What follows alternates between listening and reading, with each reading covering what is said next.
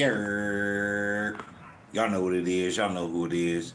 It's your boy Pharaoh the God, always on the job. I got five. Let's talk. And as always, it's real talk. Welcome to another episode, man. We keep it fair like a California bear. And I'm your host, Pharaoh the God, the man behind the voice that keep your bitch moist. Today's topic, man, is the Mexican King Von killed Big U's brother and shot at Corrupt and Daz Dillinger of the Dog Pound. Now, we hear a lot of talk about King Von and, what he did.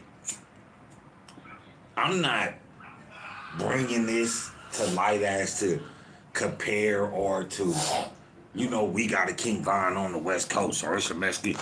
No, it's, the title is clickbait, but it fits the topic. This is a man that was a psychopathic gang member that still is gang banging to this day, locked up in prison somewhere. So I just felt that the title was befitting. But I also wanted to shed light on the fact that, Big U lost his son while he was locked up. And a lot of us, we wouldn't be able to deal with that. Some of us would, but it'd just be the stress that'd be placed upon the shoulders and the minds of that person. Which could leave devastating results. Mentally, physically, spiritually. You never know. But I also wanted to point out, though, that this is the life of what he had and what he was accustomed to. So he's no stranger to this type of depression, to this type of violence in his life. Now, yeah, of course, it's gonna hit a little harder when it's your child, when it's your son. No doubt. But this is also to shed a light on the gang culture from a different perspective, a Hispanic perspective. And it's just to show that some of these people, they know what they do. They get older and it don't become a game to them. It become more than survival. It become about power. And today, I just wanted to bring this out and play this for people today.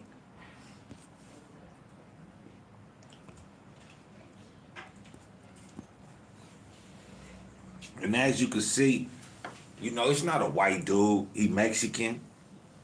Timothy McGee. And y'all see the story of Big U right there. And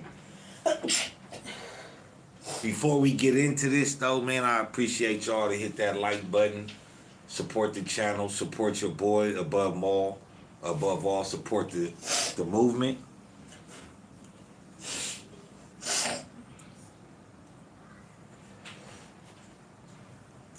Before I play this content, though, man, I'm going to wait a little bit. I just don't want to start it right off the dribble. So, I'm going to give it some time. But this is the story we going to run, though. So, please leave a comment. Indulge in the episode today. And tell a friend and tell a friend and tell another friend. Share, like, and subscribe.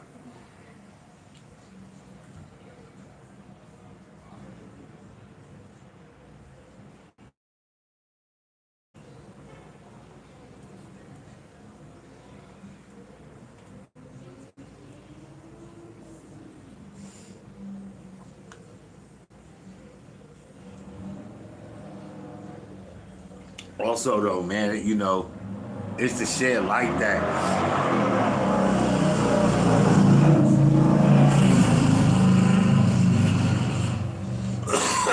Also, the shit like that. You know, the senseless nature of gangbanging. You know, black gangs don't do this type of, you know, they have. Well, I can't even say that because, you know, you got bad and all. But this is a dude that, what I will say about Huero, you know, is that he stood on gangbanging. He stood on what it was meant to be a gangbanger. Now, was that profitable? Was that positive? You know, that's in the eyes of the beholder. Because you could talk to a nigga that's conscious and he'll tell you no. You could talk a nigga that's uncivilized and he'll tell you he the shit. So for them people that believe that this type of demeanor is the shit, this is the reason why I named it the Mexican King Von.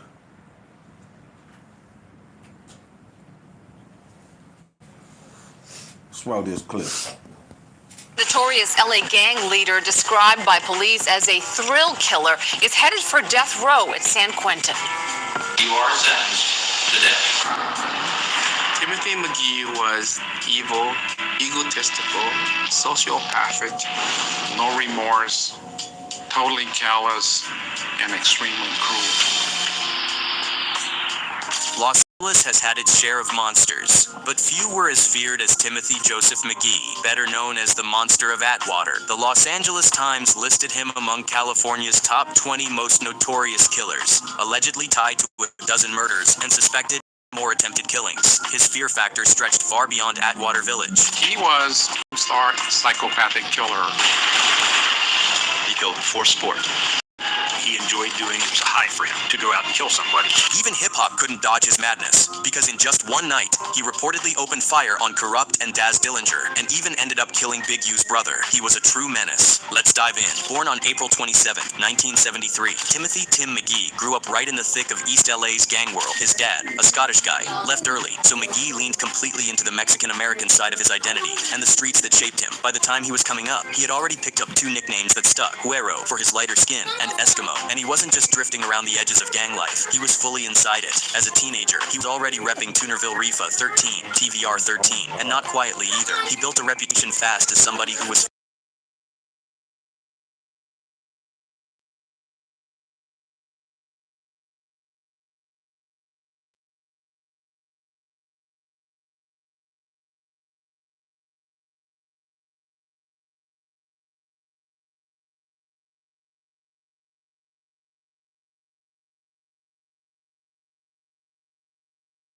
one you wanted to cross. His criminal path started early and escalated fast. At just 16 years old in 1989, he fired a shotgun into a crowd, seriously injuring a man. That move got him sent to juvenile detention and set the tone for the kind of violence he'd become known for. A few years later, in 1993, he ran into trouble again, this time for assaulting a police officer. But the mid to late 1990s were when McGee truly transformed from a dangerous gang member into one of the most feared figures in LA's street history. He killed for sport. He enjoyed doing it. It was a high for him to go out and kill somebody. In 1997, things went completely off the rails. In one incident, he chased two rival gang members, Juan and Pedro, through Atwater, hunting them down like prey. Juan ended up paralyzed from the waist down, and McGee almost killed Pedro after firing repeatedly into a car he thought had bulletproof windows. That same year, he carried out one of his most brutal murders. Ronnie, a member of the Frogtown Reefers, crossed... Man, this nigga wasn't playing. This nigga was trying to get his man. That nigga said he fired repeatedly into a car that he thought had bulletproof windows. That mean this nigga was this nigga was bent on destruction. This nigga was bent on really getting his man. This nigga was a true psychopathic menace though. Paths with McGee and didn't survive the encounter. McGee forced him to take off his shirt to reveal his tattoos, essentially verifying his affiliations, and then shot him 28 times. It was cold, calculated, and showed exactly how detached he had become from any sense of restraint. But according to the coroner, he was shot 26 separate times. Now that's a whole different level of cold. Nigga, This in the early 90s. Like, niggas out here in LA ain't getting shot like that now. Like, that's how violent these niggas is and was over there. These niggas over there this nigga was violent. The stories only got darker. By 2000, McGee wasn't just shot and killed a 17-year-old high school kid, Marty Robles Jr., who was simply sketching by the LA River. Right after that, he executed a homeless man nearby, believing the man had witnessed much. And then, with this... That's out of line, bro.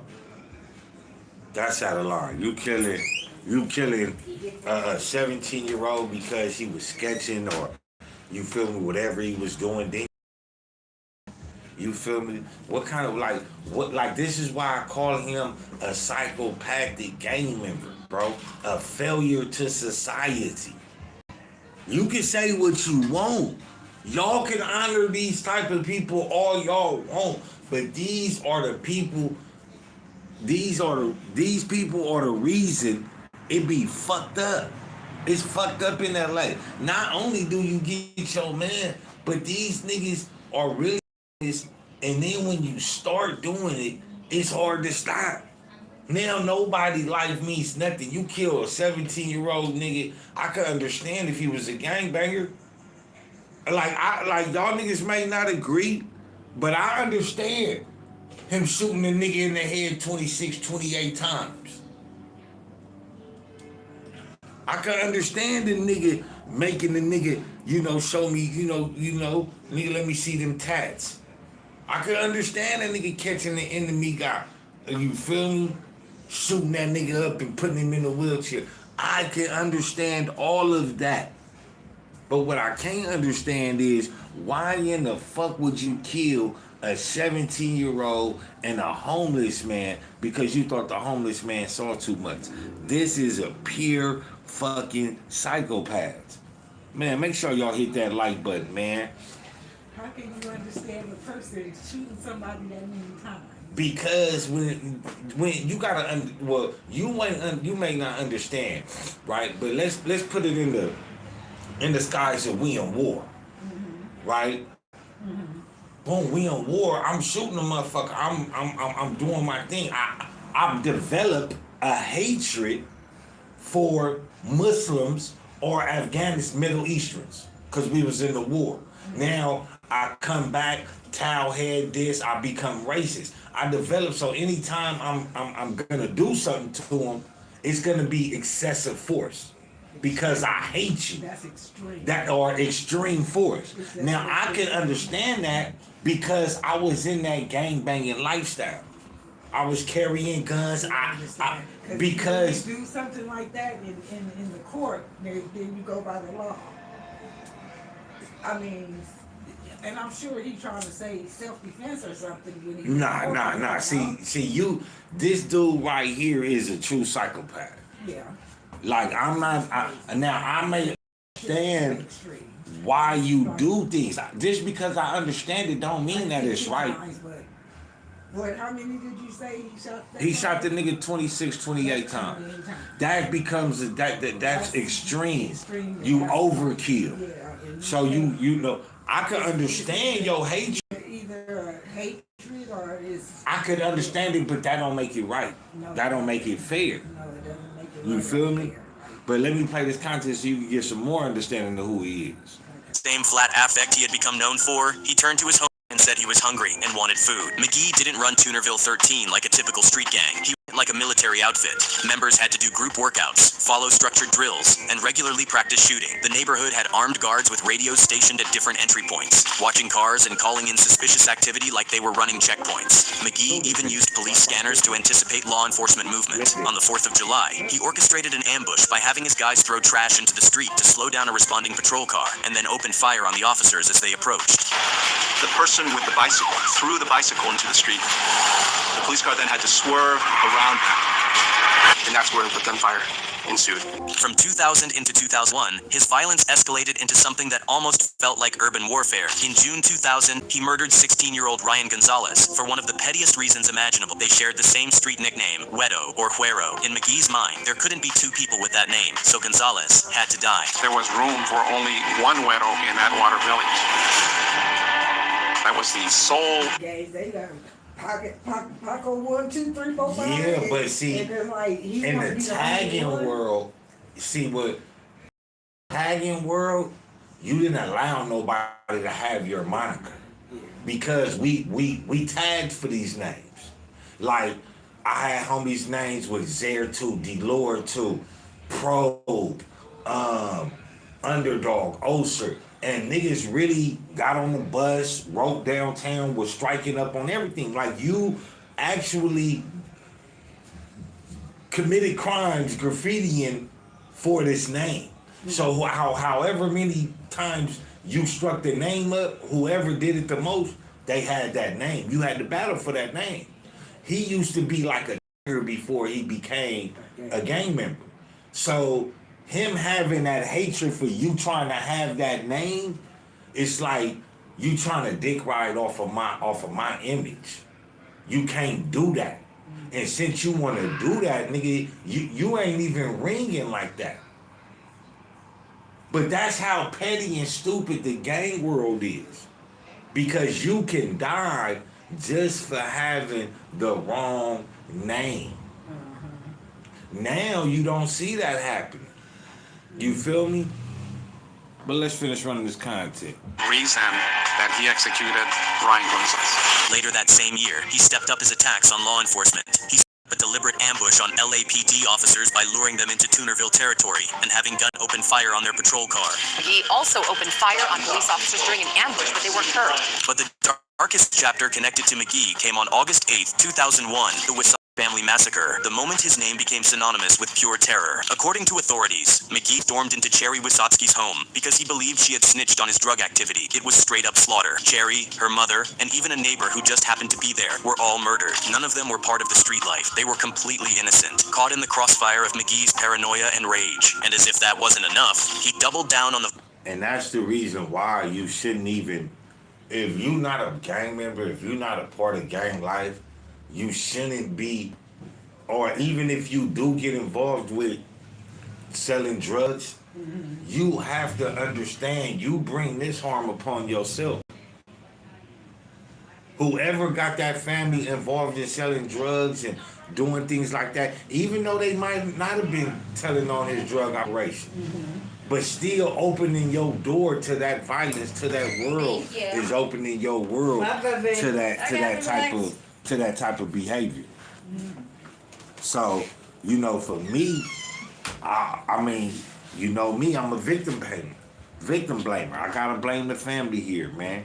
They gotta hold responsibility. Violence 2 days later. To cover his tracks, McGee allegedly turned on his own friend, Christina Duran, someone he trusted. It was her birthday. She had recently spoken to police. Instead of cutting ties or disappearing for a while, he executed her with 5 bullets to the head. That's the part that made him truly terrified. Man, hold on. I always mean to keep stopping. But this nigga, he shot the nigga in the wheelchair. He shot the nigga 26 times in the head for being the wrong gang. This nigga killed the bitch. That nigga killed the 17-year-old because he was writing on the walls. That nigga killed a homeless man because he thought he seen too much. These is 5 fucking murders that nigga the police know this nigga did. For sure. Ain't no help to it. Nigga, you talking about King Von. King who? This nigga is a true psychopathic gang member. And he got away with it, Mom? Well, you know, you gotta, I can't spoil alert. I gotta allow for certain things to unfold. But, True that. you know, he has a record that is so outstanding in the gang world. But when you look at it, it's just like, damn, how did he get breeded like this? He grew up in between Los Angeles and Glendale.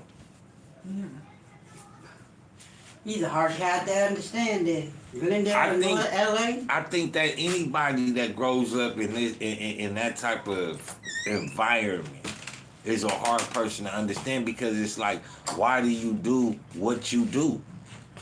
You know, Best of one world it's- and worse than the other. it's you can't. He's almost like a serial killer, then.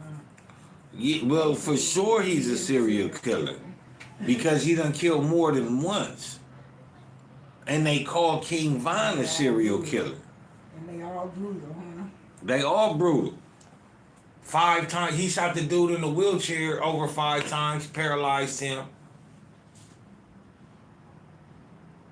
This one man. Not just that he was violent, but that his violence spilled beyond the streets and touched people who had nothing to do with gang politics. No one was off limits. When investigators finally got deeper into his world, they discovered notebooks written in McGee's own hand. They were pages of gangster rap lyrics bragging about his murders, mocking witness protection, and taunting anyone who thought they could testify against him. He wrote promises that rats wouldn't make it to the stand. It was evidence that he saw himself as untouchable, even cinematic, someone who lived above the rules. McGee always felt that he was an aspiring rapper. He was always writing. A lot of them had to do with killings that he did. Now, this whole era also intersected with the collision between the LA gang.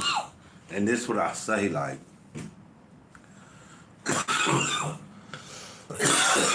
it's like, say you know a magic trick, right? But people don't know the magic trick. And you go out here and you start showing people the magic trick and you get paid off of it. But you don't tell them it's a magic trick. Then when they find out that it is a magic trick, do they deserve their money back? No? No. That's the same thing with gangbanging. Gangbanging is a magic trick. We want you to believe in something that's not there. That's not there. So when you realize it's a magic trick, you don't get your money back. A dude, I heard this saying earlier, I think it was yesterday or earlier today. He said, I don't say fuck the streets because the streets made me the man who I am. But I do blame the streets because it robbed me of who I could have became. And that's real shit. That's real shit. This dude wanted to be a rapper so bad that maybe that he was just out there killing people to live that lifestyle and rap about it. But through all of this, I don't hear this nigga was no aspiring. Even if he became a rapper with the words he was writing about, his shit he was doing, where he think he was gonna be rich? Well, Where he thought he was gonna become rich? Well, nowadays you become rich. Back then, I think he probably would have went to jail. But Of course. you know, it just leads me to believe, like, what made you believe you could become a rapper? Where is the correlation that you felt you need to start writing down lyrics to become a rapper? Always remember that though, because it's gonna come up later. I say for Underworld and the rap industry. Atwater Village, where many of these events unfolded, sat in a strange corner of Los Angeles, tucked between the LA River and Glendale. It wasn't South Central, and it didn't look like your typical gang-infested neighborhood. It was quiet, a little industrial, and easy to overlook. But in 1999, Atwater Village belonged entirely to Tunerville Rifa 3rd. But also, this is also what I want to say about people that, you know, get LA fucked up, man. You like, a lot of people come out of town. See, when you go to like Alabama, New York, you see the hood. You know where the hood is at. But when you come out here to LA, niggas be like, oh, this is a good neighborhood. You don't even know this is one of the deadliest areas.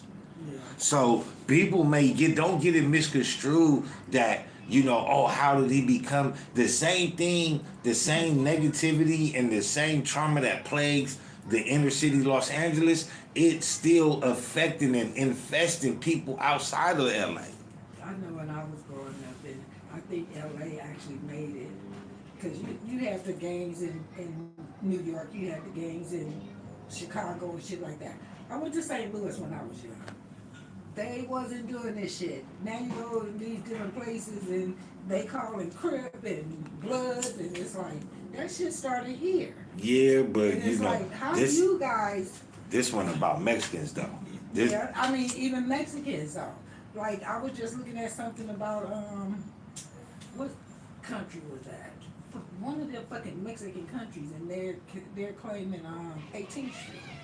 well, you know, these Every- Mexicans though, they do it everywhere though. That's Yeah, that's but the back in the thing. day though, when I But was even coming up, you it know they wasn't were small, there. they were starting out though. Let me Yeah. finish reading this content though. I want people to start checking. Out. And under McGee, the gang was being reshaped into something more organized, more dangerous. The music world crossed paths with that danger on the night of October 7th. It was late, about 11:40 p.m., and a recording session had just wrapped. The vibe was good. Corrupt had just finished a verse. Daz Dillinger was still around, managing the session. Two other Death Row affiliates were there too. Javon "The Realist" Jones, known for sounding uncannily like Tupac, and Willard "Act a Fool" Givers. Overseeing security was 23-year-old Dwayne "Draws" Dupree, a respected street figure who knew how to move carefully, keep the peace, and make sure everyone was protected.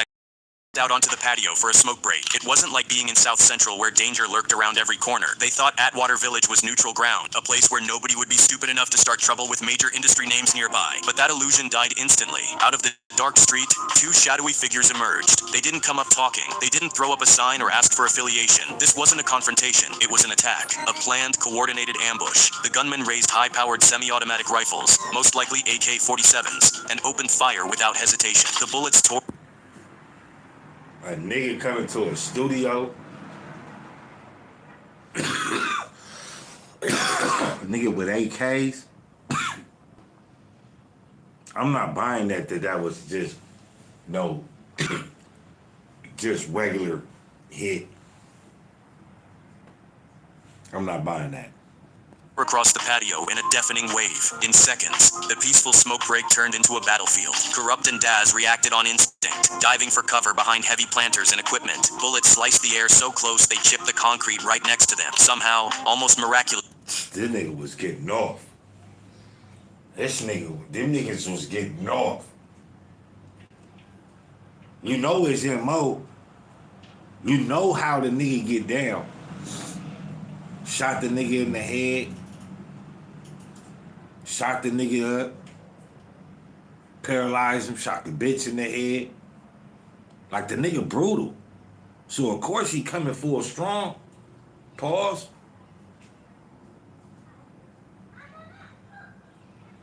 But the nigga, it just seems to me like it was targeted, but I'm not even. neither of them was struck. The realist wasn't so lucky. He took a bullet to the foot. Act a Fool got hit in the cab, dropping instantly. But the real tragedy was Dwayne "Draws" Dupree. As the protector of the group, he was right in the line of fire. He was hit multiple times in the upper body. He collapsed on the concrete, gravely wounded, as the gunmen kept firing. When their magazines finally ran dry, they didn't linger. They slipped back into the shadows of Atwater Village, just as quietly as they had appeared. When the police pulled up to the studio that night, everything was chaos. Shell casings scattered across the patio, glass shattered everywhere, people bleeding on the ground, and the sound of sirens drowning out the last echo of gunfire. Paramedics rushed in fast, but for 23-year-old Dwayne "Draws" Dupree, there wasn't anything they could do. He was pronounced dead right there on the concrete, the same spot where he'd been protecting the people he was hired to watch over.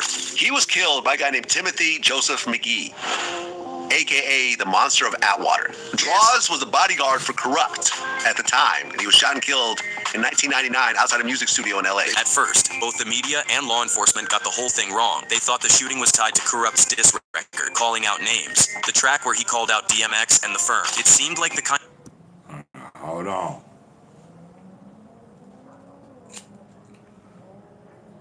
Hold on. Hold on. I could be tripping, but all members in this shit is dead. You feel what I'm saying? That nigga already got life. He already in jail for that. For killing the nigga Draws. And DMX is dead. So I'm gonna tell you how I feel. Or my assessment of this situation. So you telling me A nigga, and all of this, we don't hear this nigga going to the studio trying to be no rapper, doing nothing. We just know that he writing down raps at home. Why? Who told this nigga he can become a rapper? What inspired, what connection did he have in order to be a rapper?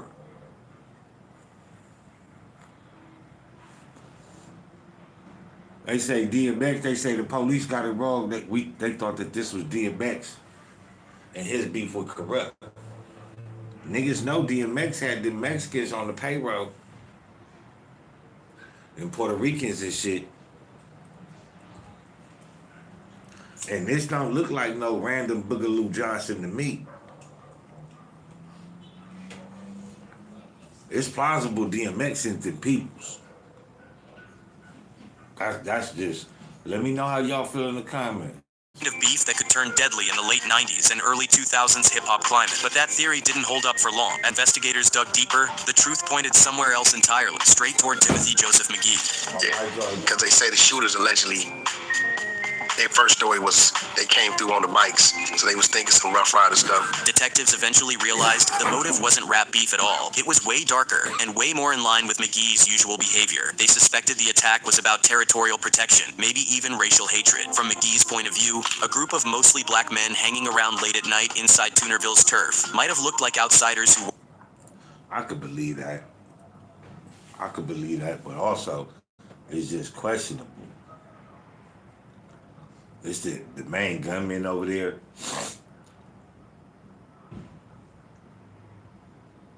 These niggas in the studio all night.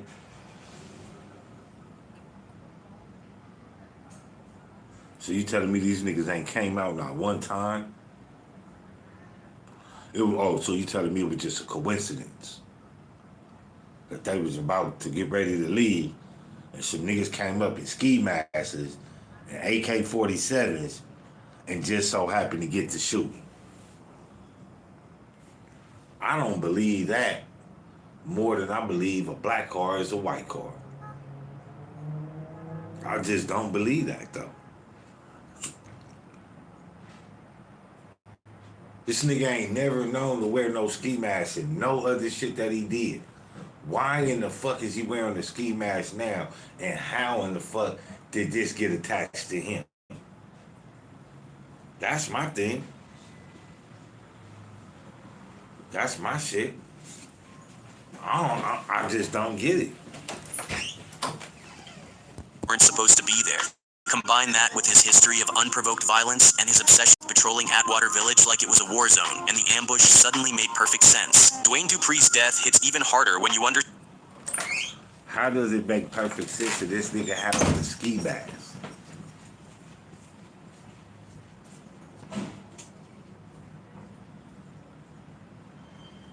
Whoever paid them police or had them police thrown off, it was a smart move, or they was just some dumbass police.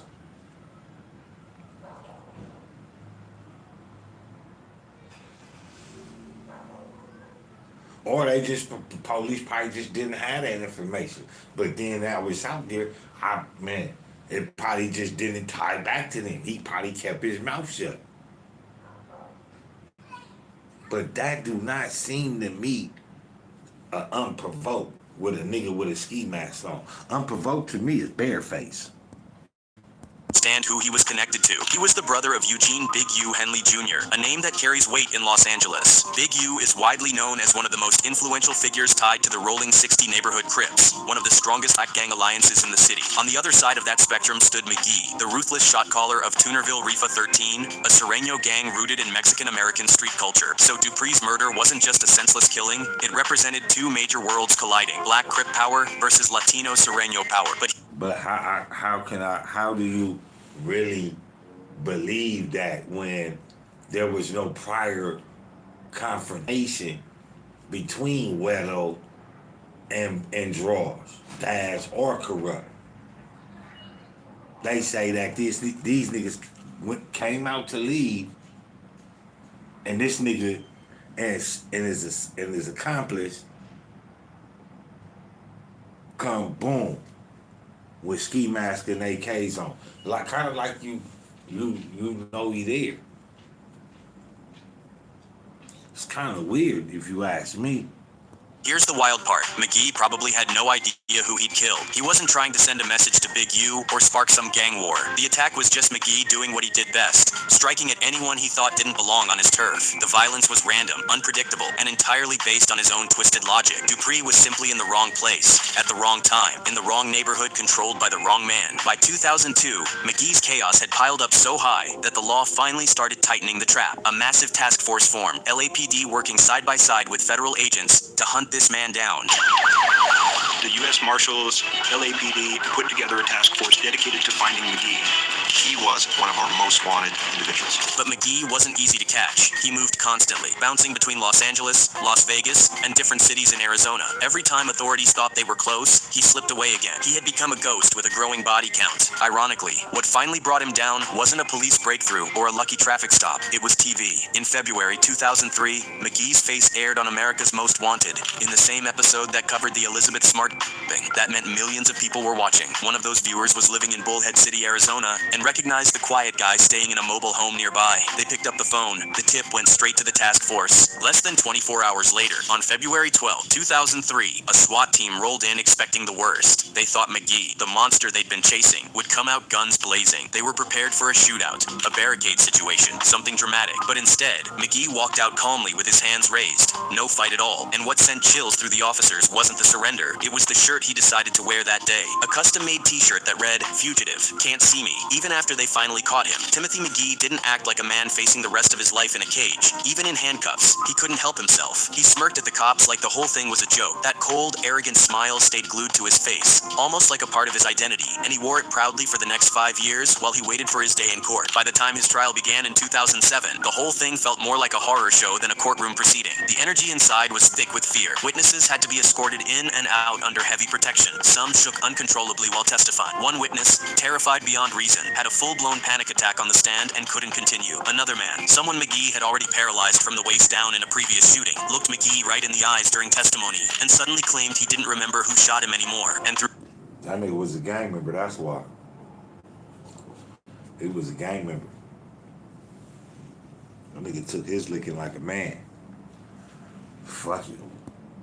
all of it, McGee just sat there at the defense table with that same haunting smile. He smiled at the victims' families like their grief amused him. He smiled at the prosecutors as if they were wasting his time. To him, the entire trial felt like a minor inconvenience, something standing between him and the myth he believed he'd built around himself. 35-year-old Timothy McGee seemed smiling and laughing during the sentencing hearing, was convicted in October of 2007 of killing 2 gang rivals and a woman. One of the victims was shot 28 times. The prosecution, led by Deputy District Attorney Hoon Chun, laid out the story piece by piece. They connected McGee to the murder of Ryan Gonzalez. They tied him to the killing of Ronnie Martin, and they tied him directly to the high-profile death of Dwayne "Draws" Dupree. They even dragged out McGee's own gangster rap lyrics and notebook entries, showing how he bragged about murders, mocked witness protection, and threatened potential snitches. Chun painted a crystal-clear picture. McGee wasn't a gang soldier gone rogue. He was someone deeply broken, someone who killed because it made him feel larger than life. Everything seemed lined up for a straightforward conviction until the jury room started shaking. During deliberations, one juror, known only as Juror X, refused to go with the majority. She didn't buy everything the prosecution was selling. She questioned the reliability of witnesses, many of whom were gang members, drug users, or people who had obvious reasons to cooperate with law enforcement. Her skepticism frustrated the other jurors, and they complained she wasn't deliberating in good faith. The judge, Robert Perry, made a huge call. He removed her and replaced her with an Somebody money got to a jury. Somebody money got to a jury. They say it was supposed to be an open and shut case. Who got that much money? alternate juror. It was a move that would come back to haunt the entire case years later. Once the replacement stepped in, the jury became unanimous almost immediately. They found McGee guilty of 3 murders, including the killing of Dupree, and recommended the death penalty. With that, Timothy McGee was shipped off to San Quentin, sentenced to death and sealed away behind the walls of one of the most infamous prisons in America. A notorious LA gang leader described by police as a thrill killer is headed for death row at San Quentin. You are sentenced to death. For nearly 20 years, he sat on death row, locked down down under some of the tightest conditions in the system. But while he waited for execution, he wasn't exactly idle. In 2005, McGee was involved in a violent prison riot, one that earned him an additional 75 years to life sentence. He leads a riot. He was running a tier of jail cells. He starts yelling for other inmates to attack the guards. He starts telling them to throw things at the guards. At one point, he's even telling them to break the porcelain sinks in their cell so they can get makeshift weapons. Then, in April 2025, something unexpected happened. The California Supreme Court reviewed his case and unanimously overturned all of his murder convictions. Not because he was proven innocent, not because someone else confessed, and not because the evidence suddenly fell apart. The reversal was based on something far more technical, but just as powerful, a procedural violation involving that dismissed juror. The court ruled that juror number 5 had every right to be skeptical. Her doubts weren't frivolous, they were reasonable. After all, a huge part of the prosecution's case depended on witnesses who were gang members, drug users, or people who might have been influenced by police. Gang cases always come with a code of silence, intimidation, and people who might flip depending on who's asking the questions. The juror was refusing to automatically trust shaky testimony. Removing her, the court said, violated McGee's right to a fair jury, so the convictions were tossed. But that didn't mean freedom. Even with the murder convictions overturned, McGee isn't going anywhere. He's still serving multiple sentences, including that 75 years to life term tied to the 2005 prison riot. He remains behind bars with no possibility of release. This nigga going crazy. Y'all talk about some goddamn King Von. Nigga, this nigga was putting real BTA.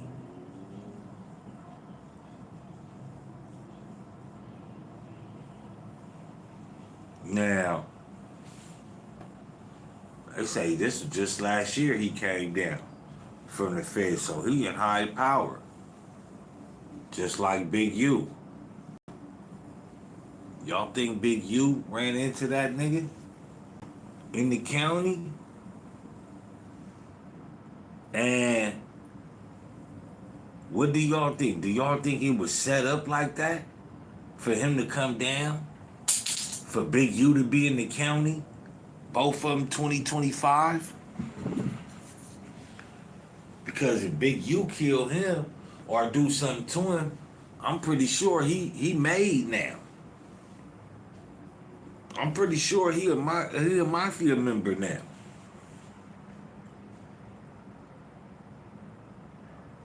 Is somebody playing the 6-7 game here? Or could this just all be a coincidence that he killed Big U brother and he comes down to the county jail in LA in 2025?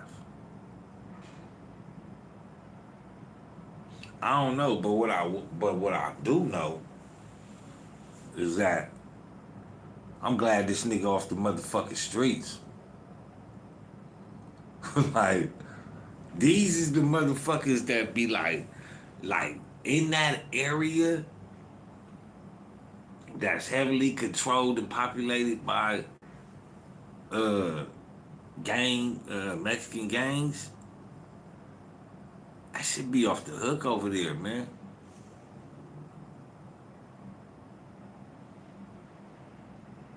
Like, for real, for real.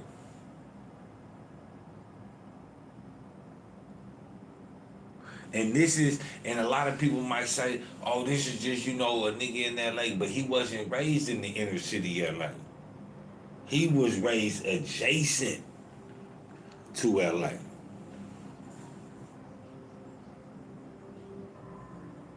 The disease that infested the inner city of Los Angeles spread out. And you see that.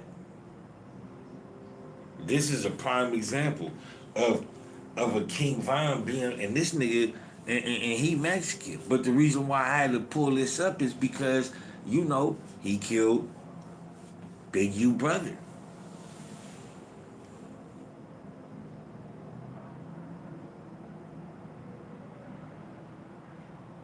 I'm not saying it wasn't no feedback after this, but me, I just, it's plausible that it could have been what they were saying at first. Because don't no niggas just walk up to a studio, ski mask on, AKs.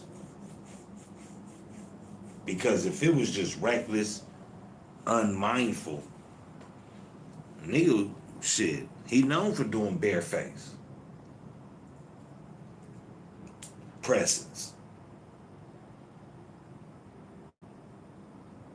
He known for that. So why did this nigga come up in the ski mask this time? Because you don't want to be tied to this.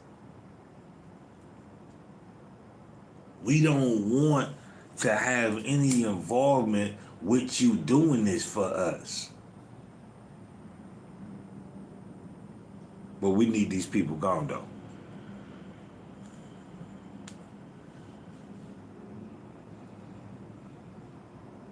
Things that make you go, who?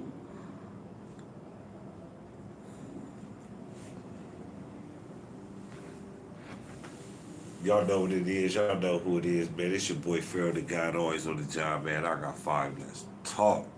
Welcome to another episode. I'm your host, Huero, the God, the man behind the voice that keep your bitch voice.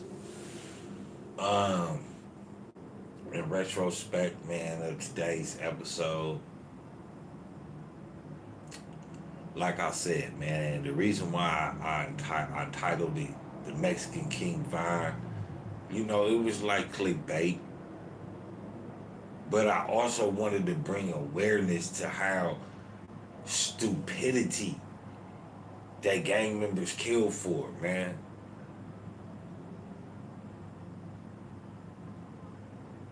And I just found it real odd that McGee gets locked up and he comes down to prison. But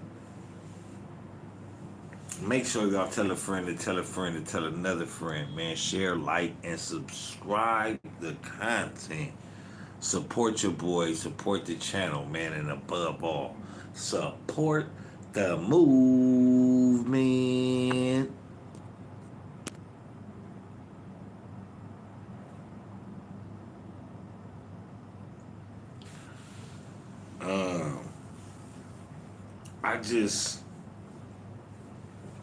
I just see a little shit different. I see things a little bit different than a lot of other people. I just look at it as, you know,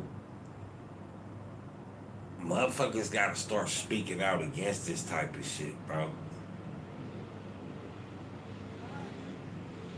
You know, motherfuckers honor so much bullshit nowadays, so much negativity. Niggas don't even know how to honor the good shit.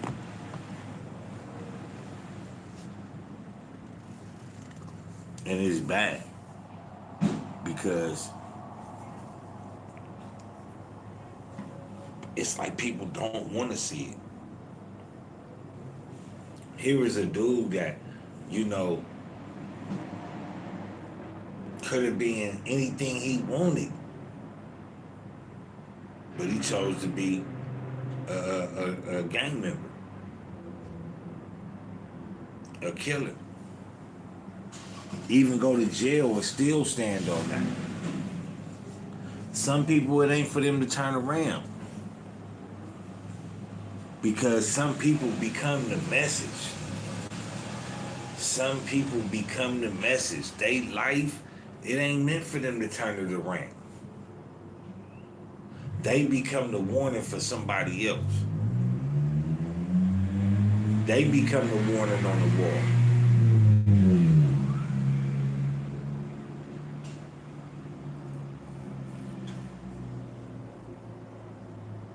But I just find it quite weird, again, that, you know, they put both of these niggas, Big U and Huero,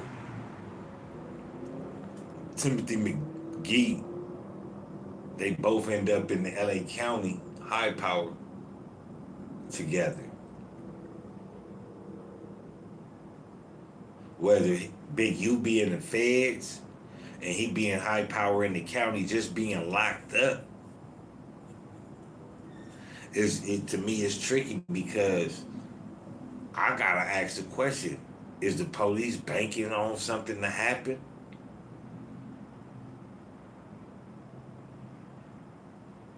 They already have the distrust against the Mexican Americans with this ICE shit.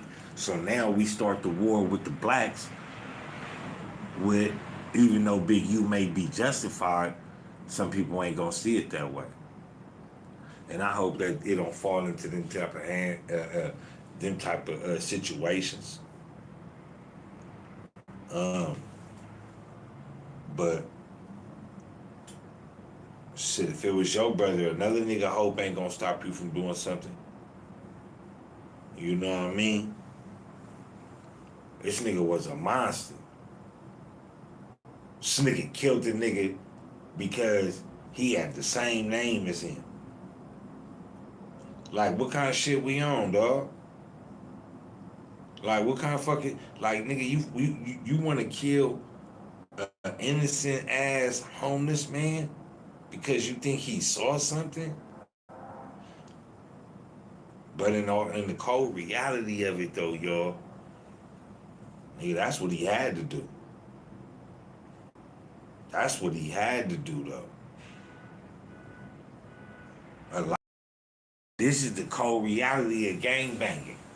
Like, you do something and you think a nigga saw you, got blamp him to sleep. You think a bitch telling the police about your drug operation, her and her family, blamp him to sleep. Make a nigga take off his shirt, he from the wrong side, blamp him to sleep.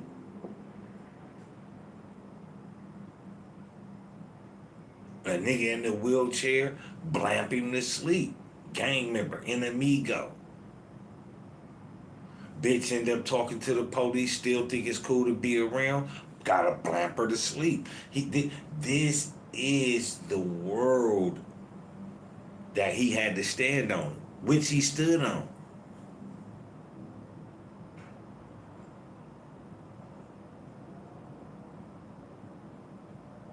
Which he stood on.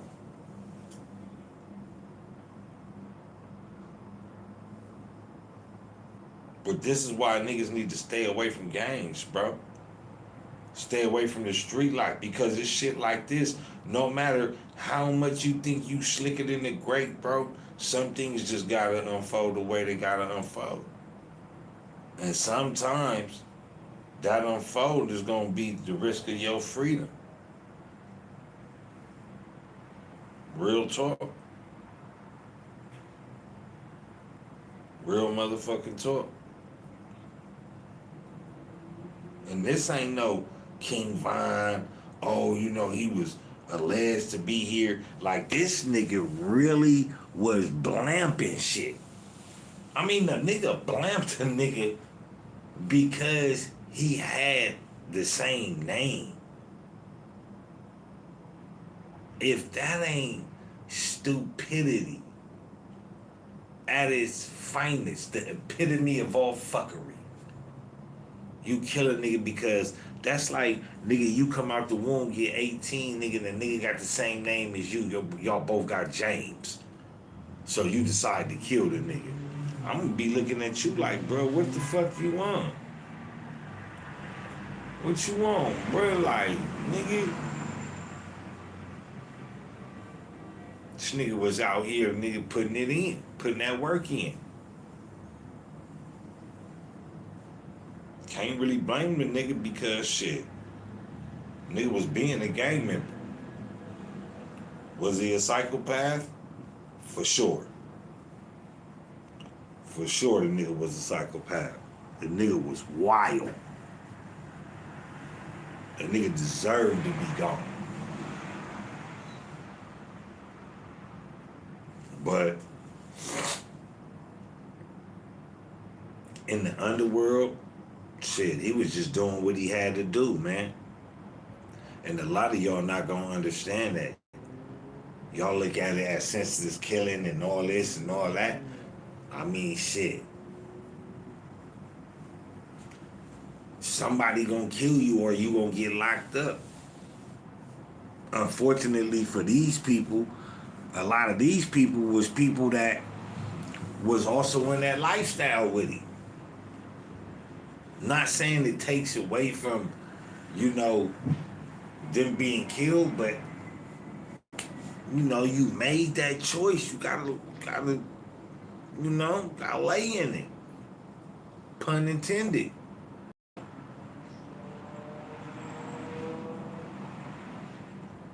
Like, y'all know the deal. Like, don't, you know what I'm saying? But, nigga, this nigga to kill Big U, brother. Everything else, this nigga ain't had no ski mask on. But then when he goes to kill Big U, brother, this nigga got a ski mask like he been waiting on them niggas to come out. It's crazy work.